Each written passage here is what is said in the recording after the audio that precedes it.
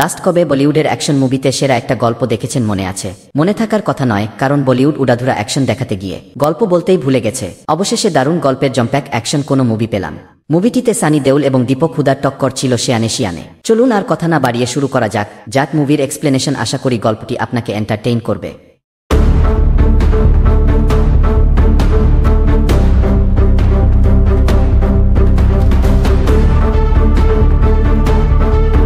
গল্প শুরু হয় 2009 সালের শ্রীলঙ্কার জাফনা শহরের একটা জঙ্গল দিয়ে। সেই জঙ্গলে ঘাঁটি করেছিল বিদ্রোহী গোষ্ঠী শ্রীলঙ্কান টাইগার্স।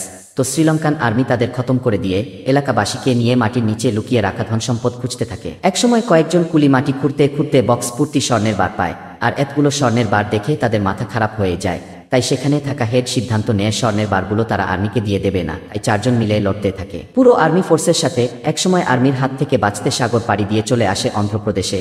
ইন্ডিয়ায় এসে তারা বিচের পাশে বক্স ভর্তি স্বর্ণের বার লুকিয়ে ফেলে। তারপর সেখান থেকে পালাতে চাইলে পুলিশ তাদের ধরে থানাতে নিয়ে আসে। এরপর পুলিশ জিজ্ঞেস করে তারা কোনো দেশ থেকে এসেছে। একজন জানায় শ্রীলঙ্কা, সাথে আরও বলে ওখানে আর্মিরা আমাদের সবকিছু পুড়িয়ে দিয়েছে, বলে এখানে সেল্টার নিতে এসেছে। তো পুলিশ সবার নাম বদলে ফেলার অঙ্গীকার করে বিনিময়ে কিছু চাইতে থাকে। তখন সবাই একটা একটা করে স্বর্ণের বার বের করে পুলিশকে দেয়। একসাথে এতগুলো স্বর্ণের বার দেখে খুশি হয় পুলিশ।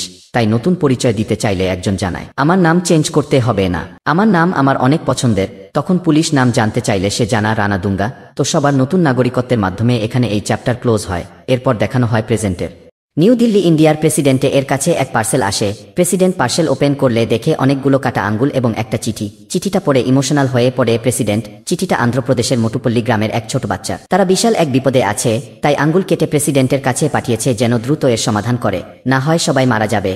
তো চিঠিটি পড়ে প্রেসিডেন্ট তৎক্ষণাৎ সিবিআই সত্যায়ামূর্তিকে ইনফর্ম করে। সত্যায়ামূর্তি আসলে ওই চিঠিটা দেখায় প্রেসিডেন্ট। চিঠিটা পরে সত্যায়ামূর্তি জানায় ব্যাপারটা অনেক সেন্সিটিভ। প্রেসিডেন্ট সিবিআই অফিসার সত্যামূর্তিকে নির্দেশ দেয় সবকিছু খতিয়ে দেখতে, সাথে তাৎক্ষণিক সবকিছু শেয়ার করতে বলে। তাই দ্রুত চার্টার্ড প্লেনে মোটুপল্লীর উদ্দেশ্যে রওনা দেয়। সে ওইদিকে মোটুপল্লীতে এক কৃষক তার জমিতে লাঙ্গল দিয়ে চাষ করতে থাকলে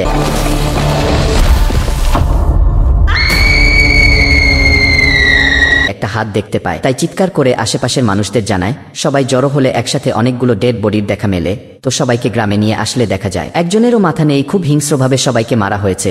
এরপর পুলিশ এখানে আসলে কেউ কোনো মুখ খোলে না। তখন এক বাচ্চা নাম বলতে চাইলে তার মুখ চেপে ধরে তার মা। এতে বোঝায় এখানে নিশ্চয়ই বড় কোনো ব্যাপার জড়িত আছে। তখন এক পাগল বলে এরা কেউ কিছু বলবেন, কারণ এটা কোনো গ্রাম না, এটা হচ্ছে শ্মশান, যেখানে পুরে সবাই বালু হয়ে গেছে।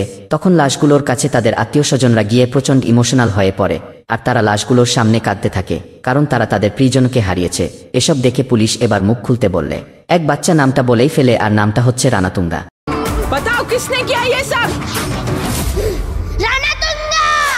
যেই রানাতুঙ্গাকে আমরা শুরুতেই দেখেছি। তো এসআই বিজয় লাক্সি রানাতুঙ্গাকে ধরতে পুরো পুলিশ ফোর্স নিয়ে রানাতুঙ্গার বাড়ির দিকে যেতে থাকে। পথের মধ্যেই বিজয়ীর বস রানাতুঙ্গাকে ধরতে যেতে মানা করলেও বিজয়ী কোনো কথা শোনে না। ওইদিকে সব পুরুষ কনস্টেবলও না করে দেয়। তাই বিজয়ী তার লেডি পুলিশদের নিয়েই সেখানে যেতে থাকে। তো রানাতুঙ্গার বাড়িতে এসে বিজয়ী সহ সবাই ধামাকা দেখাতে থাকে। তখন রানাতুঙ্গার মা থামাতে থাকলে তাকেও চমক দেখায় এসআই ম্যাডাম। এরপরেই ভেতর থেকে বের হয়ে আসে রানাতুঙ্গার ওয়াইফ ভারতী। এসে সবাইকে ভেতরে ডাকে। তো বিজয়ী ভেতরে গিয়ে ভারতীর কাছে রানাতুঙ্গাকে চাইতে থাকে। তখন ভারতী কথা অন্যদিকে নিয়ে যেতে থাকলে বিজয়ী তার দিকে পিস্তল তাক করে। তা দেখে খোলস থেকে বেরিয়ে আসে ভারতী বিজয়ীর থেকে পিস্তল কেড়ে নিয়ে সব লোকদের নির্দেশ দেয় সবার কাপড় খুলে ফেলার জন্য। তারপর বলে আমার স্বামী 1000টা মার্ডার করার জন্য বেরিয়েছে, তোরা কেউ তাকে আটকাতে পারবি না, সে হচ্ছে এখানকার লঙ্কা। আগেরবার সিদাকে লঙ্কার হাত থেকে প্রাণ বাঁচালেও তোদেরকে কেউ বাঁচাতে পারবে না। সে সময় দেখানো হয় এক আগন্তুককে, যে কিনা এই গল্পের প্রধান চরিত্র। যেহেতু মুভিটিতে নাম শুরুতে প্রকাশ করে না, আর নামের টুইস্টও আছে, তাই তাকে এখন আগন্তুক বলে সম্বোধন করব। তো আগন্তুক কোনো এক জায়গার উদ্দেশ্যে ট্রেনে করে যাচ্ছিল। পথের মধ্যে রেললাইনের ত্রুটির কারণে ট্রেন থেমে গেলে নেমে পড়ে।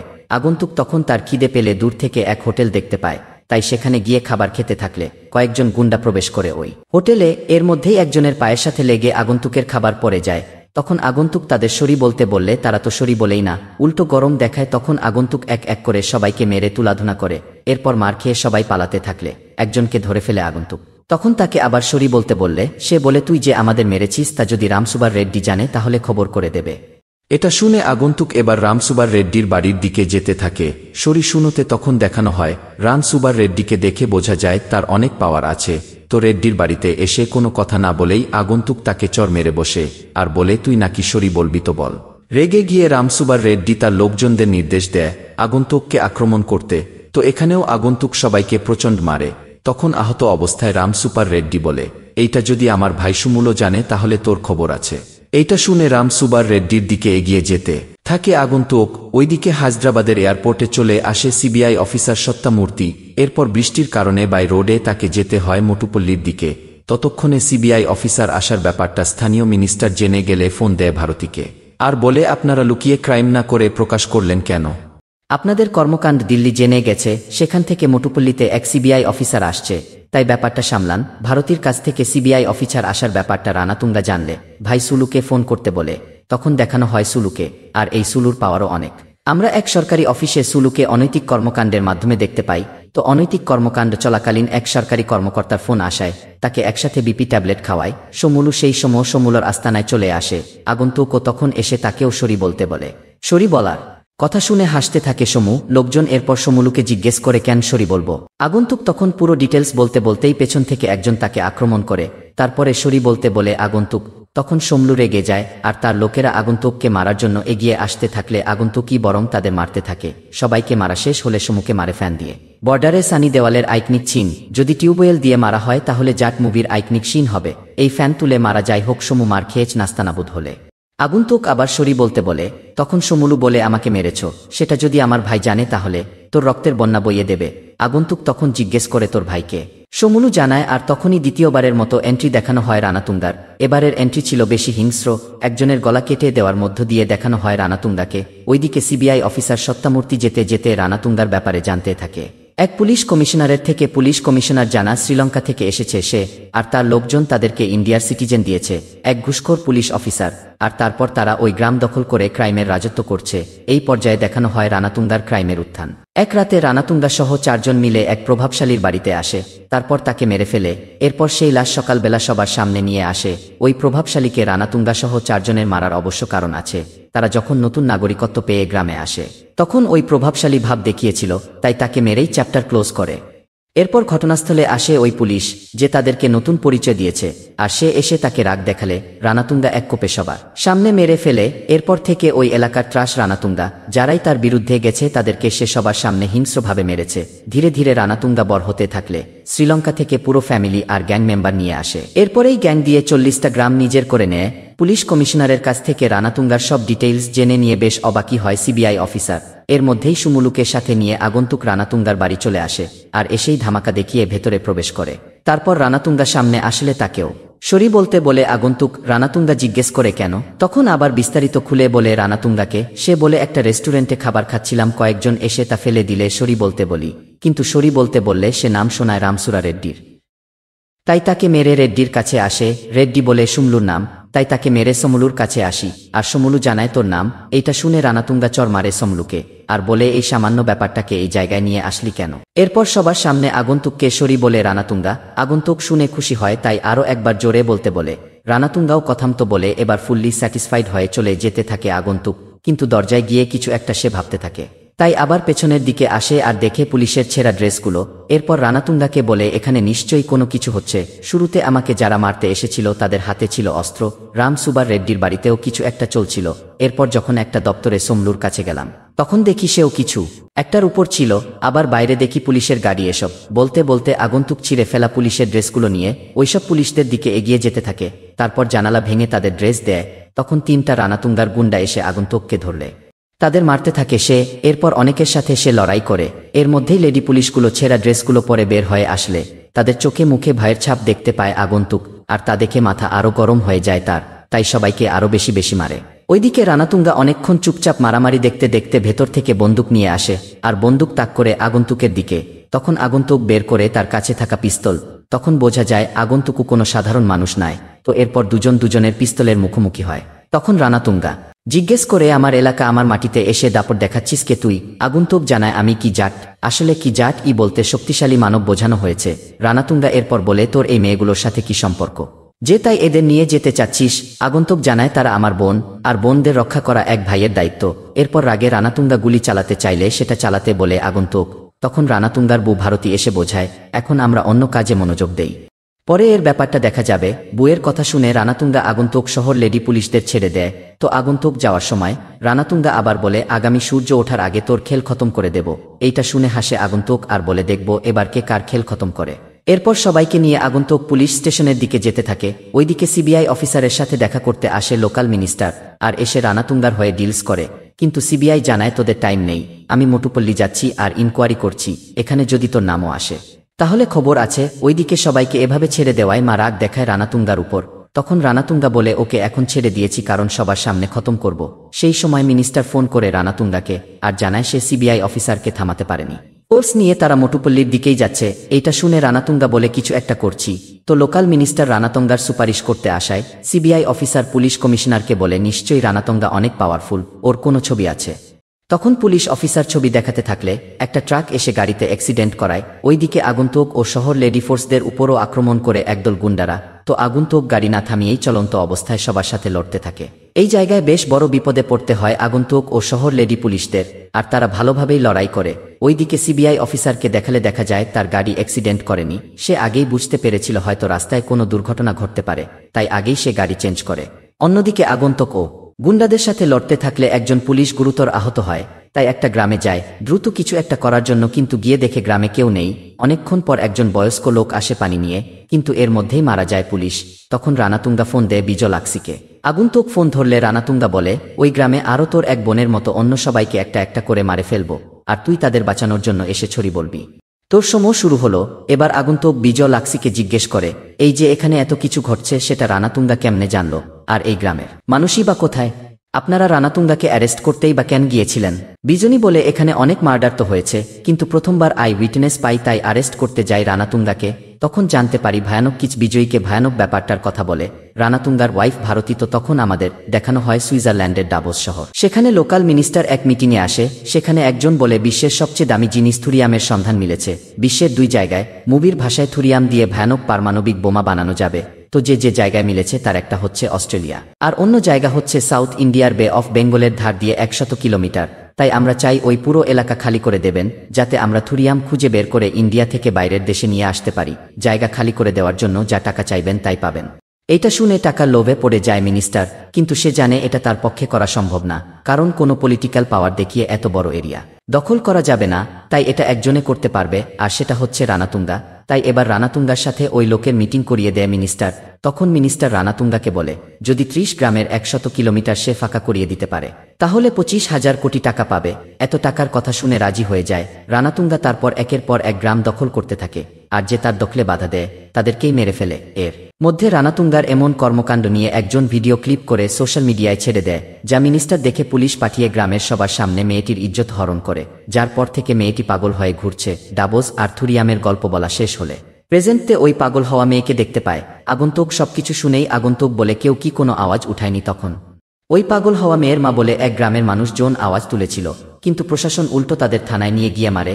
এরপর তারা গ্রামে ফিরে আসলে এক ছোট মেয়ে সব আগের মতো চাইতে থাকে। তাই তারা সবাই মিলে ডিসিশন নেয় প্রেসিডেন্টের কাছে তাদের গ্রামের কথা জানাবে। তো ছোট মেয়েকে দিয়ে চিঠি লেখায়, আর তারা তাদের আঙ্গুল কেটে সেখানে দেয়। এইটাই আমরা শুরুর দিকে প্রেসিডেন্টের কাছে আসা পার্সেলের মাধ্যমে দেখেছি। তো সেই রাতেই রানাতুঙ্গা আর তার ওয়াইফ গলা কেটে সবাইকে মেরে ফেলে, আর লাশ ওই খেতে পাওয়া যায়। আর এটাও কিনা আমরা আগেই দেখেছি। মায়ের কথা শেষ হলে এসআই বিজয়ী বলে, আমি এরপর ধরতে গিয়েছিলাম রানাতুঙ্গাকে, কিন্তু তার লোকেরা আমাদের চিড়ে খেয়েছে। তারপর ওই মা তার মেয়েকে নিয়ে অনেক ইমোশনাল কথাবার্তা বলে। তখন আগন্তুক জানায়, আমি একজন জাট, আমার সম্পর্ক এই মাটির সাথে, তাই এই মাটির পবিত্রতা রক্ষা করতে রানাতুঙ্গাকে শেষ করে ক্ষান্ত হব। তাই পুলিশ স্টেশনে আসে আগন্তুক। এসে দেখে পুলিশ স্টেশনের বেহালদশা। তারপর আগন্তুককে বলা হয় একটি এফআইআর লেখার জন্য। সে এফআইআরের শুরু করে, আমি ইডলি খাচ্ছিলাম। এই পর্যন্ত ঠিকই ছিল, কিন্তু যখন সে বলে কি আমি সুলুকে মারতে চাই, তখন সবাই চমকে ওঠে। এরপর সে জানায় রানাতুঙ্গা তাকে ছড়ি বলেছে, কিন্তু তাতেও সে সন্তুষ্ট না। রানাতুঙ্গার কথা শুনে থানার প্রধান রীতিমতো বিরক্ত হয়ে বলে, এসব কি বলছিস? আসল ঘটনা বলো। তখন আগন্তুক বলে, বিজয়ী লক্ষ্মীকে ডাকা হোক। সবাই অবাক হয়ে যায়। তবুও বিজয়ী লক্ষ্মী থানায় আসে, তার সঙ্গে আরও কয়েকজন। তাদের বর্তমান অবস্থা দেখে সবাই হাসতে শুরু করে। থানার প্রধান তাচ্ছিলের ভঙ্গিতে বিজয়ীকে অপমান করে। বিজয়ীও চুপ করে না, কড়া জবাব দেয়। এই সময় থানার প্রধানের বস রেগে গিয়ে বিজয়ীকে মারতে এগিয়ে আসে। ঠিক তখনই আগন্তুক হুঙ্কার দিয়ে ওঠে। সবার সামনে থানার প্রধানের পুলিশের পোশাক ছিঁড়ে ফেলে। বলে, পোশাকের মর্যাদা রাখতে জানো না, তাহলে সেটা পরার অধিকারও নেই। তারপর শুরু করে একের পর এক নীতিবাক্য বলা। এই নাটকীয় মুহূর্তে পেছন থেকে এক পুলিশ আগন্তুকের মাথায় আঘাত করে। সে মাটিতে লুটিয়ে পড়ে। তাকে শিকল দিয়ে বেঁধে আঘাত করতে শুরু করে। অবশেষে রক্তাক্ত অবস্থায় তাকে একটি কক্ষে আটকে রাখা হয়। থানার প্রধান তখন ফোন করে সোমলুকে। কিছুক্ষণের মধ্যে সোমলু তার দলবল নিয়ে থানায় হাজির হয়। থানায় ঢুকেই প্রথমেই সে থানার প্রধানকে থাপ্পড় মারে। বলে, আগন্তুককে হাত দিছ, ওকে মারার অধিকার একমাত্র আমার। এই কথা বলেই আগন্তুককে প্রচণ্ড মারতে শুরু করে সোমলু। জেলখানাটা গমগম করে ওঠে, কেউ কিছু বলার সাহস পায় না। ঠিক তখনই এক বয়স্ক কনস্টেবল থানায় ঢোকে, হাতে চায়ের কাপ। চোখে পড়তেই তার দৃষ্টি আটকে যায় আগন্তুকের মুখে। সে এক মুহূর্ত থেমে দাঁড়ায়, চোখ বড় বড় করে তাকিয়ে থাকে। তারপর কোনো কথা না বলে তড়িঘড়ি করে থানার বাইরে চলে যায়। বাড়ি গিয়ে এক পুরনো ছবি খুঁজে বের করে, ওয়াকিটকির মাধ্যমে থানায় বার্তা পাঠায়, আগন্তুককে আর মারবেন না, উনি সাধারণ মানুষ নন। থানায় সবাই থমকে যায়। ঠিক তখনই জেলের ভেতর থেকে এক আসামি গম্ভীর গলায় বলে, তাকে জাগাবেন না, ও জেগে উঠলে বড় বিপদ হবে। সবাই চমকে ওঠে। থানার প্রধান অবাক হয়ে বলে, তুই একে চিনিস? তখন সেই আসামি ধীরে ধীরে বলতে শুরু করে, ঘটনাটা ঢাকা সেন্ট্রাল জেলের। সেখানে একবার ভয়ঙ্কর এক গ্যাংকে ধরে আনা হয়েছিল। তারা খুনি, রাক্ষসের মতো ভয়ঙ্কর। কেউ তাদের কন্ট্রোল করতে পারছিল না। ঠিক তখন ওই আগন্তুক জেলের ভেতর প্রবেশ করে, এমন মার দেয়, এমন ঝাঁপিয়ে পড়ে, গ্যাংটা পর্যন্ত চিৎকার করে ওঠে, এই লোকটা মানুষ তো না। আমরা তো জেলখানার লোক, অনেক কিছু দেখেছি, কিন্তু ওর মতো মানুষ আর কোনোদিন দেখিনি। থানায় নীরবতা নেমে আসে। সবাই ধীরে ধীরে বুঝতে শুরু করে, এই আগন্তুককে, এইটা কোনো সাধারণ বোম নয়, এই হচ্ছে আটম বম্ব। একবার যদি জাগে, সব খেলা খতম করে দেবে। বলে সেই আসামি থেমে যায়। জানিস দা, জেলখানায় ওকে সবাই কি নামে ডাকে? বুলডোজার। সব শুনে সোমলু কাঁধ নেড়ে বলে, ও যদি বুলডোজার হয়, তাহলে আমি ব্যাটেল ট্যাঙ্ক। এরপর সোমলু একজনকে পাঠায়, যাও দেখে এসো ও জেগে আছে কিনা। লোকটা ধীরে ধীরে এগিয়ে যায়। হঠাৎ আগন্তুক গভীর এক নিঃশ্বাস ফেলে, চোখ খুলেই বলে, সবাই এসে গেছে, রানাতুঙ্গা কোথায়? এই কথা শেষ হওয়ার আগেই সে ঝাঁপিয়ে পড়ে এক পুলিশের ওপর। থানার ভেতর গর্জে ওঠে ধ্বংসের আওয়াজ। ভেতর থেকে আসামি আবার শীষ দিয়ে ওঠে। শুরু হলো। আগন্তুক দেয়াল ভেঙে একের পর এক লোকজনকে মারতে শুরু করে। থানার মধ্যে যেন একটা ঝড় বয়ে যায়। এক সময় লেডি পুলিশরাও যোগ দেয় অ্যাকশনে। তারা দল বেঁধে থানার প্রধানকে ঘিরে ধরে আর শুরু করে প্রবল মারধর। এই হুলস্থুলের মধ্যে বিজয়ী এক লোকের মাথা কেটে ফেলে। সেই দৃশ্য দেখে সোমলুর আগে ফুসতে ফুসতে আগন্তুকের দিকে তেড়ে আসে, কিন্তু আগন্তুক থেমে থাকে না। এক ঝাঁটাকায় সোমলুর চ্যাপ্টার ক্লোজ করে দেয়। সবশেষে সবাইকে মারধর করে। থানার ভেতরেই তাদের দেহ ঝুলিয়ে রেখে এক কোণে বসে রিল্যাক্স করতে থাকে আগন্তুক। তখন সেই ভালো পুলিশটা এগিয়ে এসে বলে, আপনাকে অনেক ধন্যবাদ আগন্তুক। আগন্তুক মাথা ঘুরিয়ে বলে, আর্মসগুলো কোথায়? পুলিশ তাকে পথ দেখায়। তারা ধীরে ধীরে থানার বাইরে যায়। অন্যদিকে তখন রানাতুঙ্গা থানায় এসে দেখে তার ভাইসহ 30 জন লোক ঝুলে আছে। রানাতুঙ্গা থমকে দাঁড়িয়ে পড়ে, চোখে অবিশ্বাস। এই সময় সেই পুরনো আসামি কাছে এসে বলে, ভালোই করেছেন দেরি করে এসেছেন, না হলে আজ 30 নয় 31টা লাশ পড়তো এখানে। রানাতুঙ্গা মুখ শক্ত করে তাকিয়ে থাকে। ঠিক তখনই তার ফোন বেজে ওঠে। আগন্তুকের গলা শোনা যায়, এতদিন নিরীহ মানুষদের মেরে ঝুলিয়ে রেখেছিলি, এখন তোর ভাইকে ঝুলে থাকতে দেখে কেমন লাগছে? ফোনটা কাঁপতে থাকে রানাতুঙ্গার হাতে। আর হ্যাঁ, আমাকে খুঁজতে আসিস না, কারণ আমি তো তোর কাছেই আসছি। ফোনের ওপাশ থেকে আগন্তুকের এই কথা শুনে রানাতুঙ্গার চোখে খুন চমকে ওঠে। ফোনটা নামিয়ে রাখে আর রাগে উন্মত্ত হয়ে সেই আসামিকেও মেরে ঝুলিয়ে দেয়, সেই 30 জনের সাথেই। এখন তারা একত্রে 31। এইদিকে সিবিআই অফিসার সত্যমূর্তি রানাতুঙ্গার ছবি হেড অফিসে পাঠায় যাচাই করার জন্য। উত্তর আসে, রানাতুঙ্গার নামে ভারতে কোনো ক্রাইম নেই, কিন্তু তার ছবি মিলে গেছে এক ইন্টারন্যাশনাল ক্রিমিনালের সঙ্গে। সত্যমূর্তি চমকে গিয়ে জিজ্ঞেস করে, কার সাথে? হেড অফিস থেকে উত্তর আসে, মুথুবেল কারিয়া কালান। তাই নাম শুনে থমকে যায় সত্যমূর্তি। তারপর জানানো হয়, মুথুবেল ওরফে রানাতুঙ্গা শ্রীলঙ্কার বিদ্রোহী গোষ্ঠী জাফনা টাইগার ফোর্সের ডেপুটি কমান্ডার। সে শুধু টেরোরিস্ট না, সে প্ল্যান করে শ্রীলঙ্কার একজন মন্ত্রীকেও খুন করেছে। এইদিকে আগন্তুক রানাতুঙ্গাকে শেষ করতে প্রস্তুত। তাকে সাপোর্ট দিতে চায় লেডি পুলিশ দল। তারা এগিয়ে আসে, কিন্তু আগন্তুক হাত তুলে বলে, তোমরা এমনিতেই অনেক বিপদে আছো, এইবার আমাকে লড়তে দাও একা। বিজয়ী এক পা এগিয়ে এসে জিজ্ঞেস করে, আপনি আসলে কে? সেই মুহূর্তে দৃশ্য কাট হয়। দেখানো হয় army headquarter. CBI officer Satyamurti ফোনে বলে, স্পেশাল ইউনিট পাঠান, আমরা একজন ডেঞ্জারাস টেরোরিস্টের পিছনে আছি, মুথুবেল কারিয়া কালান। তখন স্পেশাল ফোর্স তার অপারেশন শুরু করে। এলাকার সব দিকে সার্চ চলছে। এক আর্মি অফিসার একজনকে পাঠাতে চায়, তাই অনুমতির জন্য সত্যমূর্তিকে ফোন করে। সত্যমূর্তি থেমে বলে, একজন দিয়ে কিছু হবে না, ও কোনো সাধারণ টার্গেট নয়, তাকে ধরতে একটা ব্যাটালিয়ন দরকার। সিবিআই অফিসার, তাকে থামাতে একজনই যথেষ্ট। কে সে? আর্মি অফিসার, কার্গিল সার্জিক্যাল স্ট্রাইকে যে ছিল সামনে। ঢাকা জেলের আন্ডার কভার মিশনেও সফল। সে আর কেউ নয়, জাট ফোর্সের সেরা commando brigadier বালদেব Pratap Singh. CBI officer চোখ বড় করে, কি বললেন? তাহলে আগন্তুক? আর্মি অফিসার হেসে, বলেছিলাম না, নামে টুইস্ট আছে। দৃশ্য পরিবর্তন হয় পোর্টের পাশে। সুইস ড্রিলার অপেক্ষা করছে গ্রাম থেকে আসা কাগজপত্রের জন্য। ঠিক তখনই রানাতুঙ্গা তার গ্যাং আর দুটো কন্টেইনার ভর্তি মতুপল্লীর লোকজন নিয়ে হাজির হয়। সে পরে আছে নিজের কমান্ডো ইউনিফর্ম। রানাতুঙ্গা সেই ছোট্ট ছেলেটিকে কাছে ডাকে, যে প্রেসিডেন্টকে চিঠি পাঠিয়েছিল সাহায্যের জন্য। সে বলে, আরেকটা চিঠি লিখ প্রেসিডেন্টকে। এইবার আমার কথায়। ছেলেটি নিরুপায়, সে লিখতে থাকে। একদিকে সে লিখছে আর আরেকদিকে রানাতুঙ্গা গ্রামের লোকজনকে হত্যা করতে থাকে। সে বলে, সবকিছু লিপিবদ্ধ কর, যেন ওরা জানে কে এসেছিল। ঠিক সেই সময় গ্রামের সেই পাগলটা ছুটে এসে বলে, আমাদের বাঁচাতে কেউ আসছে। রানাতুঙ্গা রেগে গিয়ে পাগলটাকে গুলি করে মেরে ফেলে। একটা হেলিকপ্টারের গর্জন শুনতে পাওয়া যায়। হঠাৎ আকাশ থেকে নামে ব্রিগেডিয়ার বালদেব প্রতাপ সিং। নেমেই একে একে বের করে রকেট লঞ্চার, মেশিনগান, অটোম্যাগ, গ্রেনেড। তিনি শুরু করেন ধ্বংসজ্ঞ। রানাতুঙ্গার লোকজন একে একে ধসে পড়ে। চারদিকে গুলির শব্দ, ধোঁয়া আর লাশ। শেষ মুহূর্তে রানাতুঙ্গা বুঝে যায় বাঁচার উপায় নেই। সে ছোট বাচ্চার দিকে পিস্তল তুলে ব্ল্যাকমেইল করে। হঠাৎ সেই সময় এক লোক বাচ্চার দিকে এগিয়ে এলে রানাতুঙ্গা তাকেও গুলি করে মেরে ফেলে। এই দৃশ্য দেখে বালদেব স্তব্ধ হয়ে যায়। হাতের মেশিন গান ফেলে দেয়, সারেন্ডার করে। রানাতুঙ্গা হেসে ওঠে। গ্রামের সবাই সামনে দাঁড়িয়ে যায় বালদেবের পাশে। রানাতুঙ্গা চিৎকার করে, সরে যাও বলছি, সরে যাও। কিন্তু কেউ নড়ে না। রানাতুঙ্গা পিস্তল তুলে আবার বাচ্চার দিকে তাক করে, কিন্তু তখনই দেখা যায় বাচ্চাটাই নেই। ঠিক সেই সময় ব্রিগেডিয়ার বলদেব প্রতাপ সিং চলে আসে রানাতুঙ্গার সামনে। এক ধাক্কায় রানাতুঙ্গাকে মাটিতে ফেলে দেয়। তারপর তাকে জীবিত অবস্থায় তুলে দেয় গ্রামবাসীর হাতে। গ্রামবাসী তার কষ্টের প্রতিশোধ নিতে থাকে। তাকে শিকল দিয়ে ঝুলিয়ে রাখে, ঠিক যেভাবে তারা নিজেরা কষ্ট পেয়েছিল। ওদিকে রানাতুঙ্গার স্ত্রী পুলিশের কাছে ধরা না দিয়ে নিজেই আত্মহত্যা করে। এরপর ঘটনাস্থলে আসে সিবিআই অফিসার সত্যামূর্তি। সব দেখে গ্রামের সবাই ব্রিগেডিয়ার বলদেব প্রতাপ সিং এর সামনে দাঁড়িয়ে একসাথে স্যালুট জানায়। ছোট্ট মেয়েটিও এগিয়ে আসে, হাসি মুখে বলে, ধন্যবাদ বালদেব আঙ্কেল। সব খেলা শেষে সিবিআই অফিসার পুরো ঘটনা জানায় প্রেসিডেন্টকে।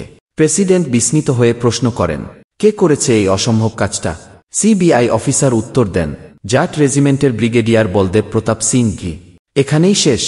জাট মুভি আসলে নায়ক আর ভিলেন সমানে সমান হলে তবেই তো অ্যাকশন মুভি জমে। আর জাটে ঠিক সেই টক্করটা ছিল। অ্যাকশন, ইমোশন আর স্টোরিলাইনের দারুণ এক মিশেল।